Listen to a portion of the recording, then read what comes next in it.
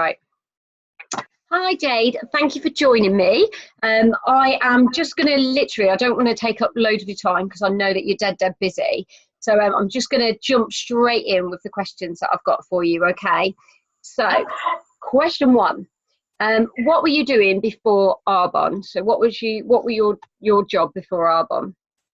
Okay, yeah. So before Arbonne, I used to work as like I worked for an importer, so a very like a buying role, and that kind of entailed me travelling outside of the country to the Far East. I would source homeware products and then sell them to big retailers like John Lewis, Debenhams, people like that. So yeah, really exciting.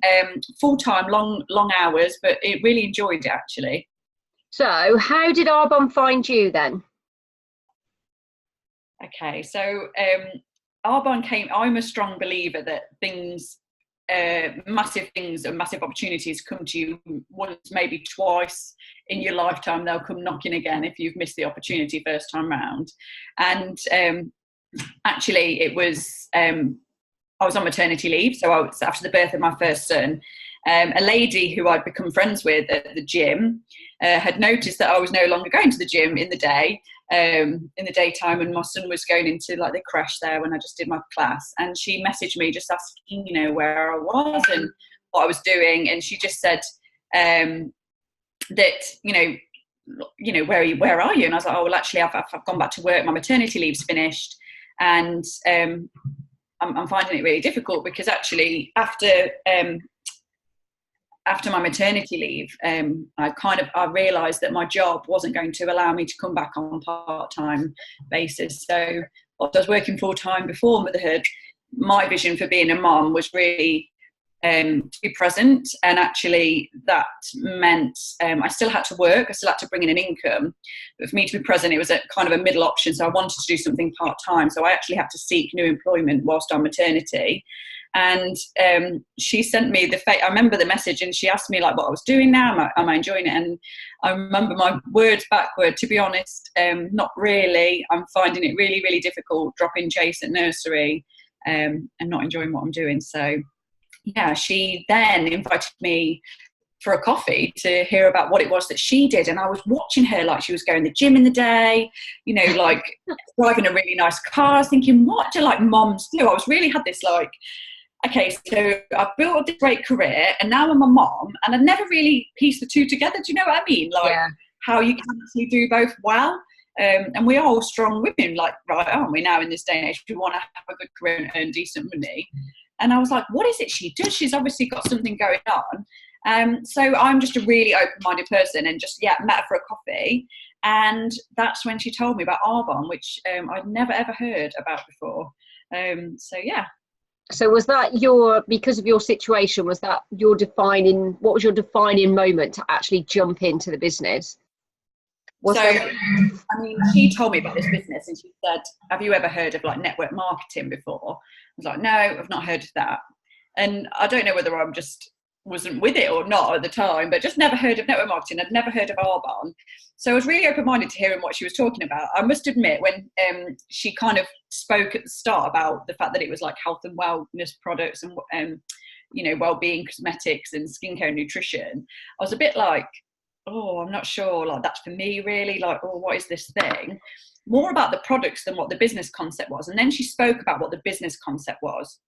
And it was almost like the gods had like rained down on me, and it was exactly what I was looking for, because in my mind I wanted to earn the money I was used to earning full time, but I wanted to work part-time hours so I could be present with my son. But you can't have the two. Like, there's very few jobs where you can actually have the two, even being self-employed, because obviously you're cutting down your hours, so you like having less time for money. And basically I was just like, I was really intrigued. And she basically said, if you could work this business part-time around whatever you're doing, current commitments, but you could earn like corporate full-time income, like, would that be of interest to you? And I was like, yes, like that is what I'm looking for. Why has no one told me about it? So the business model really got me intrigued and really got me excited, because I actually really thought about wanting to do something for me on my terms around like my son, around my family. that really excited me. Now, the thought of the product side didn't so much, but then I actually analysed what it was I was doing before. So I was in homeware products, which was great. You know, I quite enjoyed all the chintzy like vases and stuff like that. Great. But then my second job, which was corporate and sales, was selling advertising. This job that I had to go and find on whilst I was on maternity. Now, in everyone else's eyes, you know, it's a decent job. I was an account manager. That's like corporate, you know, good job.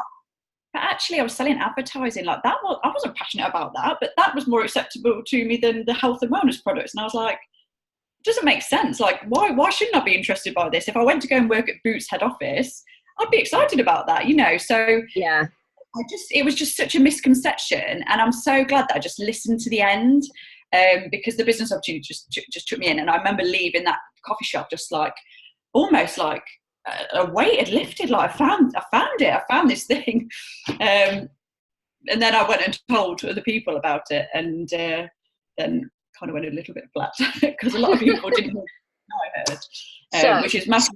Yeah, sorry. Yeah, no, I was just going to say. So leading into that, kind of, you know, what challenges have you found in your time in the business? I know you've still really been in it a relatively short time, a couple of years, but what sort of challenges have you found, and how have you overcome them?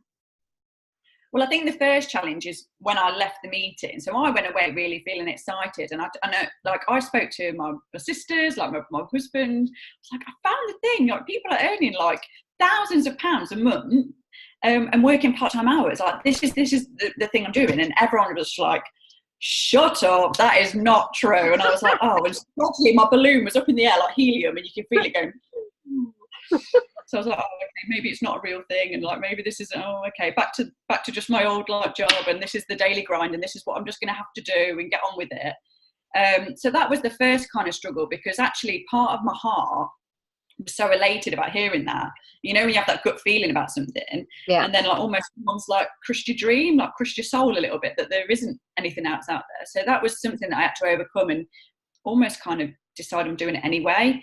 And it's taken on, you know, my like, I'm just going to do it and make it work, which I'm really grateful I did. And actually, you know, I think in all seriousness, like if I didn't actually just take a risk, which in all essence there is no risk starting this business, because there's just no, like, there's just very little investment to sign up. Then what would change if I didn't change anything? If I didn't go for anything, then my life was just going to be the same. And actually, I was part of my soul was starting to just like be like chipped away at from doing this thing day out that I was not enjoying. From starting my business, just went for it all in, and I think you're kind of doing something different, and people like sometimes either want to be really supportive or they just don't really understand what it is you're doing, and kind of you've decided to go one way and they've decided to go another, and sometimes people don't like that like change of direction, so they're perhaps not so supportive. So definitely challenges of people who I really thought were going to be supportive not being so much at the start, but in my mind I just felt like I had to be the proof in the pudding that this did work and it was a real thing. And you know, actually overcome that massively now, because you know, 2 years into my business, the proof's there. This business does absolutely work, and the proof's there for my family. I'm present. I'm, you know, everything that I wanted to do, I've ticked it. Yeah, I've ticked it, and that was exactly what my dream was. Having a baby and working, being an entrepreneur, having your own business is definitely a challenge for any mums out there. Like high five, girl power, because just being a mum on its own, let alone like going to work, is hardcore. And definitely some challenges around making sure I'm giving my business its full concentration when I need to, and giving my family its full concentration, and like just managing that and just being present in both moments. And also, like, I just need to say to anyone who perhaps has looked at this business or is looking at it, you know, I was absolutely working, like I was working in a corporate job and building this business alongside. So this isn't something you just go and quit your job and you like get rich quick. It doesn't happen like that. It's effort based, and you have to just be smart with your time. Like, I realised what was and wasn't serving me in terms of like watching EastEnders every night. Yeah. That wasn't actually in my dreams. That wasn't going to enable me to leave my job. So just had to make some short-term sacrifices for massive long-term gain. And they're challenges that you come across that kind of don't feel so normal when you're about to make the change. But now it's normal. It was almost not normal to have not done that years ago, because I was just kind of drifting. Whereas now, I can watch telly in the day if I want to, with my child, and it's on my terms. So so definitely some challenges. A big part of the business then, there's a lot of personal development involved in the business. So kind of what are your key points from sort of like personal development? Is there anything that you would suggest that people really concentrated on, or your favorite part of personal development, or what it's allowed for you to do and achieve now that you've looked into personal development more? Yeah, so first of all, when you hear the word personal development or self-help, like, I immediately think of people that are perhaps unhappy, unwell, and it's just totally the opposite. Why, if you just, first of all, when you think about when you're a child and every day you're going to school, you go to college to better yourself, you go to uni, people carry on for like degrees and PhDs and whatever afterwards. What happens when that all stops? Because if you're just kind of content and you're just doing what you're doing day in, day out, you're not actually challenging your brain. You actually get to the age, I think it's the age of 27, and that's your growth done. And if you're not continually trying to grow, all you're doing is you're dying. If you're not actively working your brain, it's a muscle, you're just dying. And then before you know it, you get to kind of, 60, whatever, and like, you just got there, and this to me was just a completely other world. What company do you work for? There are some, but few corporate companies where you literally are invested in. Arbonne want you to be better for you, not for them, but to be better for you. And when you are better, like, I had no idea about being a manager, an owner of a business, an organisation, but through personal development, constantly growing the skills, growing my mindset, having a leadership mindset, like, that's not something that just happens overnight. I'm able to like coach and work with other women and help them to create independent businesses, multi-million-pound businesses of their own. Like, leaving my advertising job, like, I wouldn't have had that mindset. I wouldn't have ever thought that's possible. So with this, it grows you. And honestly, leaving after maternity, something happened to me. I think motherhood changes you. I completely lost all sense of self-worth, self-confidence. I completely had to question every decision. I wouldn't trust my own instinct, which was totally not me. That wasn't, but it became that way. And because I had no choice after maternity, I had to just go and find that job just to get that income. I had no options. Like, I just kind of felt like now life wasn't on my terms anymore. And that really, it made me very low, and every day was a struggle. I couldn't even really feel present with my son, even though I loved him so much. Every day was a worry. And honestly, no antidepressants, no going to the doctor, which a lot of people advise me to do. Yeah. Training myself to be better and to look around me about just what we're grateful for, and just stuff like that just totally lifts you up. And you can be in a room of an employed corporate industry, which I've been used to, and just feel that negativity, and you're absorbing all of that and you're taking it on you. In Arbonne, oh my goodness, because everyone, their mindset is so much higher than anyone else's. You are just in a room filled with like bright lights because everyone is just buzzing. And it certainly is a place I want to be. I come home and I'm happy. Like, I don't come home and still miserable for my day and I've been stuck in traffic. And the personal development isn't just about you being better at business. It's just about you being better at life. It's about me being a better mom, a better wife, like just being happier and appreciating everything else around you, rather than just going through the motions. And that's all I was doing, going through the motions day in, day out, like not really knowing what the purpose of anything was. Yeah. So it's a big thing. And you'll know that there are so many celebrities that are endorsing like personal development. They, work on themselves. If you're not working on yourselves, you're dying, like I say. So yeah. For me, I'm just massively passionate about it. And I think it's really important. We've got a generation of children that are taking on like stuff, like there's so much like outside stuff through social media and the news and Brexit and whatever, and actually like it's our responsibility to kind of like create this excited thing that they can just have dreams and they can create what they want, and they're not going to struggle through life because poor them, they're probably not going to get a mortgage and the government's on the crash and all of this. We want to keep it high, and if we're all pushing that message out to people, like surely that's a better thing. Yeah. So that's my little positivity thing going, but it is more, you know, it's actually about your outlook on life. So I don't know, I feel like I don't really need to ask you this question because I feel like I know the answer, but where would you be now had Arbonne not come into your life?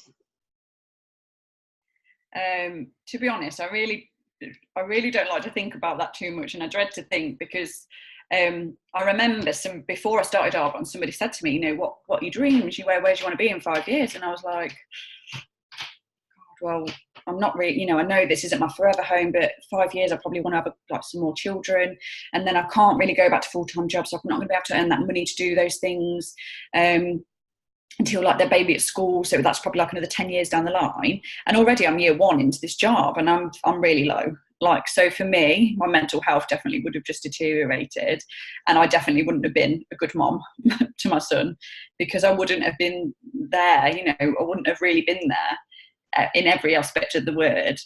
And I think, like, you know, without sounding morbid, probably like my relationship would have deteriorated because strain on, you know, money is such a strain, and it's a real thing, you know. Fortunately, like job security just isn't what it used to be, and you just don't really know, do you, where you're going to be. I just feel, I'm just so grateful that I've got Arbonne in my life because I know there's all this kind of stuff going on, like the government and Brexit and stuff, and I just feel like so empowered that every month my business is growing, and I'm watching everyone around me that's in our organisation that their businesses are growing, and it's such a positive feeling seeing like other women succeeding and other men as well, like, and creating their own life themselves, you know, and having choices again. And I think it's about having choices. I definitely think I would have been choiceless, and probably a lot of financial I have a lot of financial strain, honestly. You know, going from full-time corporate income to part-time, you know, not great income, and still having that lifestyle that you used to, and childcare costs and all of that, you know, it's hard. And I know that my bills like were going up every month, and I wasn't getting like a pay rise to cover inflation. So yeah, probably a lot of financial struggle as well. So you have reached the 3rd out of 4 levels, which won't mean anything to too many people at the moment, but this is a big thing, what we call the Mercedes level. So how did it feel for you when you got your Mercedes? It felt amazing, honestly. It's not about getting a car. It's like, for me, getting the car was such a representation, A, that the business works and I was the proof, but B, you know, you are self-employed, you've created this business for yourself. You've not gone into a job with a pretend like this contract and everything. You've earned it, like you've really earned that car and the kind of right to represent the brand in a materialistic way, I suppose, because it's the physical proof on the road. Up until this point, people are kind of like, Jade's doing something, but we're not really sure what it is. So it is kind of the proof, and we are a really classy culture. The company totally look after us. The fact that we're driving, you know, beautiful white Mercedes is a complete representation of the classiness, the appreciation, the gratitude from the company, because we have literally the best, you know, standards of everything. And to me, it's a representation of how I know that I can create more and more of these Mercedes. You know, it's like, I can't, it's a real thing for people. That's one Mercedes, is that someone building a business of their own independently. So the more and more white Mercedes that pop out this year in our team is just another representation that other women are determining their own paycheck and their own life. They're not employed by me. They're not employed by Arbonne. It's just their own, it's just a representation about them giving other people choice. That's what I'm trying to say. I get it. I can't wait to get mine. It felt amazing though, and I feel proud to drive it. I had company cars before, and it's not the fact it's my Mercedes. I feel proud to drive something that represents a company and a culture that's so giving. It's kind of what it symbolises, isn't it? It's as opposed to right. So last question. 3 top tips for anybody thinking of starting this business. Okay. Top tip number 1, listen to people that are in the business that are successful or that have been doing this business. I understand that you do want to run it by people that have not, not in Arbonne, and family and friends and what have you. But sometimes they've not heard the information that you've heard or will want to hear. So get them to listen to that information firsthand, because you'll probably go away and tell them about Arbonne and talk about white Mercedes, and they will think it's a scam because it sounds so far-fetched, and that's probably what I did. So make sure that you just protect your dreams a little bit when you're telling other people about it. The second top tip is if you do start this business, know that you are starting a legacy for you and your family.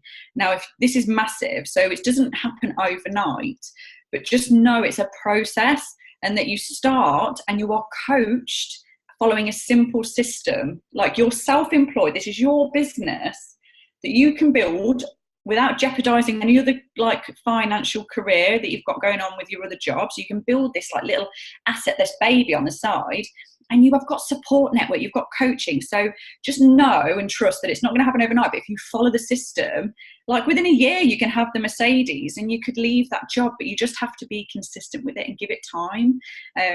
So that's one thing, because sometimes we can feel disheartened because we've still got this mindset of trading our time for money. If you go and work for an hour, you want to get paid for an hour, and it doesn't work like that at the start. You have to put the effort in to kind of build up from the thing, and eventually the scales tip and it's so much more reward for effort at the end. And third one, all I can say is just honestly, just do it. Really think about you, really think to yourself.